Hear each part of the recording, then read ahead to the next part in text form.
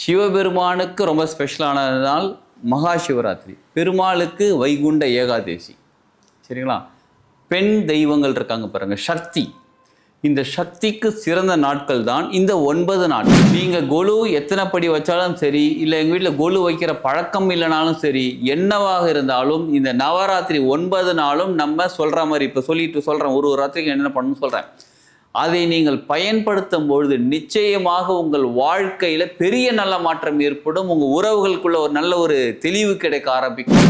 நம்ம பணம் சம்பாதிச்சாலும் சரி, நம்ம பொருளாதாரம் சேர்க்கும் போது, நம்ம ஒரு விஷயம் வாங்கும் போது, நம்ம உறவுகள் சேர்க்கும் போது, ஃப்ரெண்ட்ஸ் எல்லாமே மனசு மகிழ்ச்சியாக நிம்மதியாக சந்தோஷமாக இருக்கிறது தான். அப்போ இந்த மனசு மகிழ்ச்சியாக நிம்மதியாக இருக்கணும் அப்படின்னாலே நம்ம செய்யக்கூடிய விஷயங்களும் அதற்கு தகுந்த மாதிரி தான் இருக்க வேண்டும். அதற்காகத்தான் இந்த நவராத்திரி அன்னைக்கு சில ஸ்பெஷலான டேஸ்லாம் இருக்குது. நவராத்திரியே ஸ்பெஷல் தான்.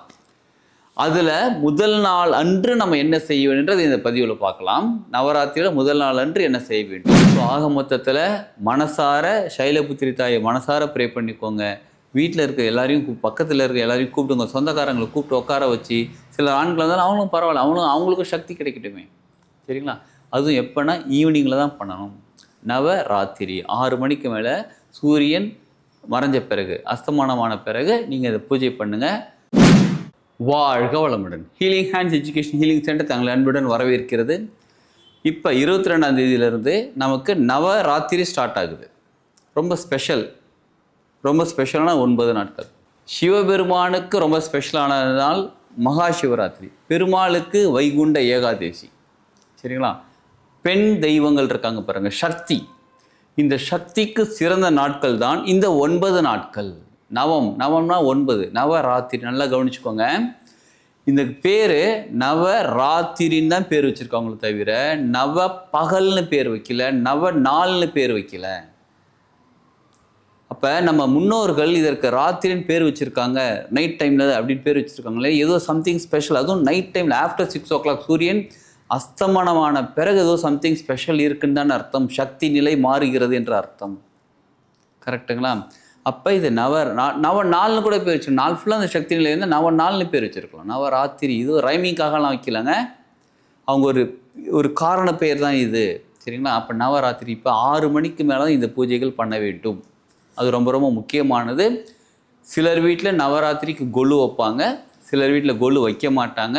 சிலர் 7 படி வைக்கணும், 9 படி வைக்கணும், 5 படி வைக்கணும், இந்த மாதிரி என்னென்னமோ சொல்லுவாங்க.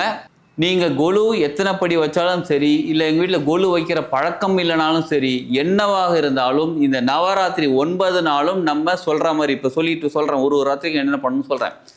அதை நீங்கள் பயன்படுத்தும் பொழுது நிச்சயமாக உங்கள் வாழ்க்கையில் பெரிய நல்ல மாற்றம் ஏற்படும். உங்கள் உறவுகளுக்குள்ள ஒரு நல்ல ஒரு தெளிவு கிடைக்க ஆரம்பிக்கும், ஒரு நல்ல ஒரு இணக்கம் கிடைக்க ஆரம்பிக்கும். உங்கள் உறவுகளுக்குள்ள உங்களோட வாழ்க்கையில் ஒரு சூப்பரான ஒரு மாற்றம். எல்லாருமே நம்ம எதற்காக இந்த வாழ்க்கையை வாழ்ந்துக்கிட்டு இருக்கோம் தெரியுங்களா? இப்போ இந்த கேள்வி கேட்குற பதில் சொல்லுங்கள். நீங்கள் எதற்காக இந்த வாழ்க்கையை வாழ்ந்து கொண்டு இருக்கிறீர்கள்? ஒரு சிலர் சொல்லுவாங்க, பிறந்துட்டேன், கிளம்புறவர்களும் வாழ்ந்தாகணும், பணம் சம்பாதிக்கிறதுக்கு வாழ்கிறேங்க, நிறைய பணம் சம்பாதிக்கணும், நிறைய சொத்து சேர்க்கணும், நல்ல பேரும் புகழும், அப்படி வாழணுங்க. இருக்கிற வாழ்க்கை நிம்மதியாக இருந்தாலே போதுங்க, இதோ டே டு டே லைஃப்பில் அப்பப்போ வந்துட்டு போகுது. நிறைய பேருக்கு நல்லது செய்யணும்னு நினைக்கிறேங்க. நல்லது செய்கிறதுக்காகவே நான் வாழ்க்கையை வந்து நல்லது செய்கிறதுக்காக தியாகம் பண்ணிட்டேங்க. என்னோடய பசங்களுக்காக வாழ்கிறேங்க, என்னோடய ஹஸ்பண்டுக்காக வாழ்கிறேன், என்னோடய ஒய்ஃபுக்காக வாழ்கிறேன். இந்த மாதிரி எவ்வளோ நீங்கள் சொல்லிட்டு வந்தாலும் கடைசியில் ஒரு பாயிண்ட் வந்து நிற்கும். நிம்மதியாக இருக்கிறதுக்கு, சந்தோஷமாக இருக்கிறதுக்கு, மகிழ்ச்சியாக இருக்கிறது, இதுக்கு தாங்க வாழ்கிறது. நம்ம பணம் சம்பாதிச்சாலும் சரி, நம்ம பொருளாதாரம் சேர்க்கும் போது, நம்ம ஒரு விஷயம் வாங்கும் போது, நம்ம உறவுகள் சேர்க்கும் போது, ஃப்ரெண்ட்ஸ் எல்லாமே மனசு மகிழ்ச்சியாக நிம்மதியாக சந்தோஷமாக இருக்கிறது தான். அப்போ இந்த மனசு மகிழ்ச்சியாக நிம்மதியாக இருக்கணும் அப்படின்னாலே நம்ம செய்யக்கூடிய விஷயங்களும் அதற்கு தகுந்த மாதிரி தான் இருக்க வேண்டும். அதற்காகத்தான் இந்த நவராத்திரி அன்னைக்கு சில ஸ்பெஷலான டேஸ்லாம் இருக்குது. நவராத்திரியே ஸ்பெஷல் தான். அதில் முதல் நாள் அன்று நம்ம என்ன செய்ய வேண்டும்ன்றது இந்த பதிவில் பார்க்கலாம். நவராத்திரியில் முதல் நாள் அன்று என்ன செய்ய வேண்டும். சாதாரணமாக ஒரு இடத்துல ஒரு கல்ச்சர் ஃபாலோ பண்ணுறாங்க. எல்லோ கலர் ட்ரெஸ் போட்டுக்க சொல்கிறாங்க, மஞ்சள் நிறத்தில் ஆடை. ஒரு சிலர் சிகப்பு கலர், ஒரு சிலர் ஆரஞ்சு கலர். உங்ககிட்ட என்ன கலர் இருக்கோ, இந்த 3 கலர் எந்த கலர் இருக்கோ அந்த ட்ரெஸ் போட்டுக்கோங்க. போட்டுக்கிட்டு அன்றைக்கி தீபம் ஏற்றுங்க. உங்ககிட்ட இப்போ என்ன நிறம் கலர் ட்ரெஸ் இருக்கோ அந்த ட்ரெஸ் போட்டுக்கிட்டு விளக்கு பூஜை பண்ணணும். விளக்கு பூஜைங்கிறது எல்லாருக்குமே தெரியும். விளக்கு ஏற்றி வச்சு குங்கும அர்ச்சனை பண்ணணும். குங்குமம் எடுத்து அந்த 108 அம்மனுடைய அந்த சொல்லி சொல்லி சொல்லி அர்ச்சனை பண்ணணும். இது இப்போ உங்கள் வீட்டில் வந்து பக்கத்தில் தெருவில் இருக்கிறவங்க, பக்கத்து வீட்டுக்காரங்க, உங்கள் சொந்தக்காரங்களாம் இருக்காங்க பாருங்கள், பெண்கள்லாம் இருக்காங்கன்னா எல்லாரையும் கூப்பிட்டுக்கோங்க. அவங்க வீட்டில் பூஜை செஞ்சு அவங்க செய்யட்டும். சப்போஸ் அவங்க வீட்டில் அந்த மாதிரி செய்யலைங்க, நாங்கள் வந்து உங்கள் வீட்டில் செய்யலாமா, கூப்பிட்டுக்கோங்க. கூப்பிட்டுக்கிட்டு எல்லாரையும் உட்கார வச்சு முடிஞ்சால் அதுக்கு முன்னாடி என்ன பண்ணுங்கள், ஒரு பிரிண்ட் அவுட் எடுத்துக்கோங்க. அந்த 108 அம்மன் பேர்லாம் இருக்குது பாருங்கள், அதெல்லாம் கூகுளில் தேடினாலே கிடைக்கிது.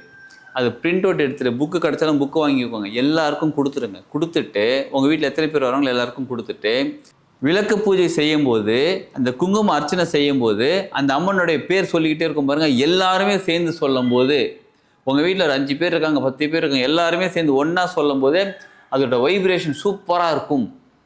உங்கள் மூலியமாக மற்றவங்களுக்கு நல்லது கிடைக்குது, மற்றவங்க மூலியமாக நமக்கும் நல்லது கிடைக்குது. சரிங்களா? அதை முடிச்சுட்டு அதுக்கப்புறம் தாம்பூலம் சொல்லுவாங்க. வெத்தலை, பாக்கு, தாம்பூலம் வந்து வச்சு கொடுக்கணும். சரிங்களா? அது கொடுக்குறது ப்ரொசீஜர். அது கொடுங்க. கூட சிலர் வந்து ப்ளவுஸ் பீட் வைப்பாங்க, சில ஆடைகள், துணி வகைகள் கொடுப்பாங்க. அதெல்லாம் உங்களோட வசதிக்கு தகுந்த மாதிரி கிஃப்ட் கொடுக்குறது, ரிட்டர்ன் கிஃப்ட்னு சொல்லுவாங்க. அந்த மாதிரி கிஃப்ட் கொடுக்குறது ஏதாவது ஒன்று உங்களால் முடிஞ்சது செய்யுங்க. நீங்கள் அவங்களுக்கு பயன்படுத்தக்கூடிய பொருளாக இருக்கிற மாதிரி நீங்கள் ரிட்டர்ன் கிஃப்ட், அந்த கிஃப்ட் கொடுங்க. ரொம்ப நல்லது, உங்களுக்கு ரொம்ப நல்லது. அவங்க எந்த அளவுக்கு அதை பயன்படுத்துகிறாங்களோ உங்கள் வாழ்க்கையில் அது நல்லபடியாக மாற ஆரம்பிக்கும். சரி, அதெல்லாம் ஓகே. இப்போ நம்ம செய்ய வேண்டிய இன்னொரு விஷயம், ரொம்ப முக்கியமான விஷயம் ஒன்று இருக்குது. இந்த நவராத்திரியில் 9 நாளைக்கும் 9 தேவதைகளில் நம்ம வழிபட வேண்டும். முதல் நாள் அன்றைக்கி சைலபுத்திரின்ற தேவதை வழிபடணும். அந்த தேவதை ஃபோட்டோ இல்லைனாலும் பரவாயில்ல, அவங்க வந்து துர்க்கையோட அம்சம்தான். இப்போ நவராத்திரி 9 நாள் இருக்குது பார்த்தீங்களா?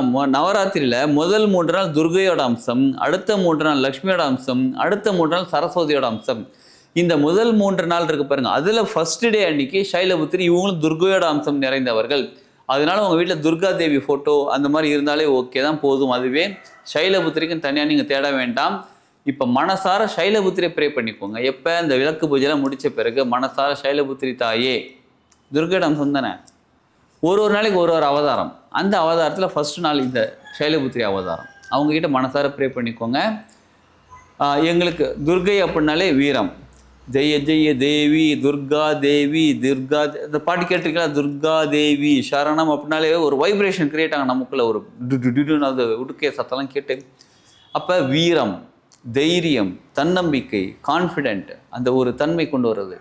அப்போ அந்த மனசார ப்ரே பண்ணும்போது நமக்கும் ஒரு தைரியம் கிடைக்கும், நமக்குள்ள ஒரு வீரம் பிறக்கும். ஓகே, எதையும் நம்மளால் தாங்க முடியுன்ற ஒரு தன்னம்பிக்கை பிறக்கும், எதையும் நல்லா சாதிக்க முடியும், எவ்ரிதிங் பாசிபிள் அப்படின்னு ஒரு தன்னம்பிக்கை நமக்கு பிறக்கும். சரிங்களா? அந்த தன்னம்பிக்கையோடு நம்ம வாழ்க்கையை ஆரம்பிக்கிறோம். அந்த ஒரு தைரியத்தோட வாழ்க்கை, அதுதான் வந்து ஃபஸ்ட் டே, நவராத்திரியோட முதல் நாளுக்கான தேவதை அவங்க. சரிங்களா? இதை மனசார ப்ரே பண்ணிப்போம். அடுத்தடுத்த தேவதைகள் அடுத்தடுத்து என்னென்ன பூஜைகள் பண்ணணும் அப்படின்றத நம்ம ஒரு பதிவாகவே பார்ப்போம். ஏன்னா ஒரு பதிவாக பார்க்கும்போது கொஞ்சம் தெளிவாக பார்க்க முடியும். ஒரே பதிவாக போட்டால் ரொம்ப நேரம் பெரிய லென்த்தாக இருக்கும்போது சிலர் வந்து அவாய்ட் பண்ணிடுறாங்க, இல்லை ஸ்கிப் பண்ணுறாங்க. அப்புறம் பார்த்துக்கலான்னு ஒரு பதிவாக பார்க்கும்போது எல்லாராலையும் பார்க்க முடியும், பொறுமையாக உட்காந்து பார்க்க முடியும். சரிங்களா? அடுத்தடுத்த பதிவில் பார்ப்போம். ஸோ ஆக மொத்தத்தில் மனசார சைலபுத்திரி தாயை மனசார ப்ரே பண்ணிக்கோங்க. வீட்டில் இருக்க எல்லாரையும் பக்கத்தில் இருக்க எல்லாரையும் கூப்பிடுங்க, சொந்தக்காரங்களை கூப்பிட்டு உட்கார வச்சு. சில ஆண்கள் இருந்தாலும் அவங்களும் பரவாயில்ல, அவங்களுக்கும் சக்தி கிடைக்கட்டுமே. சரிங்களா? அதுவும் எப்போனா ஈவினிங்கில் தான் பண்ணணும். நவராத்திரி 6 மணிக்கு மேலே சூரியன் மறைஞ்ச பிறகு, அஸ்தமானமான பிறகு நீங்கள் இதை பூஜை பண்ணுங்கள். உங்கள் வாழ்க்கையில் ஒரு சுபிக்ஷமான வாழ்க்கை ஆரம்பிக்குதுன்னு வச்சுக்கோங்களேன். அன்னிலேருந்து அந்த 9 டேஸ் தொடர்ந்து செய்யும்போது ஒரு பெரிய மாற்றம் ஏற்படும் உங்கள் வாழ்க்கையில். பிரச்சனைகள்லாம் சால்வ் ஆகும். கடன் பிரச்சனை எதுவாக இருந்தாலும் சரிங்க, எல்லாமே சால்வ் ஆகும். எல்லா பிரச்சனையும் சால்வ் ஆகக்கூடியது தான். சரிங்களா? அதனால இந்த நாள், இந்த நவராத்திரி நம்ம பயன்படுத்தி கொள்வோம். இந்த வருஷம் நம்ம சப்போஸ் மிஸ் பண்ணிட்டோம் அப்படின்னா அடுத்த வருஷம் தான் மறுபடியும். அதனால் அந்த ஒரு வருஷம் நம்ம கேப் கொடுக்க வேண்டாம். இப்போலேருந்தே நம்ம ஸ்டார்ட் பண்ணிடலாம். ஸ்டார்ட் பண்ணி செய்ய ஆரம்பிச்சிடலாம். நம்ம வாழ்க்கை சிறப்பாகவும் செழிப்பாகவும் ஆனந்தமாகவும் ஆரோக்கியமாகவும் சாதனை வாழ்க்கையாக மாறிவிடும். வாழ்க வளமுடன்.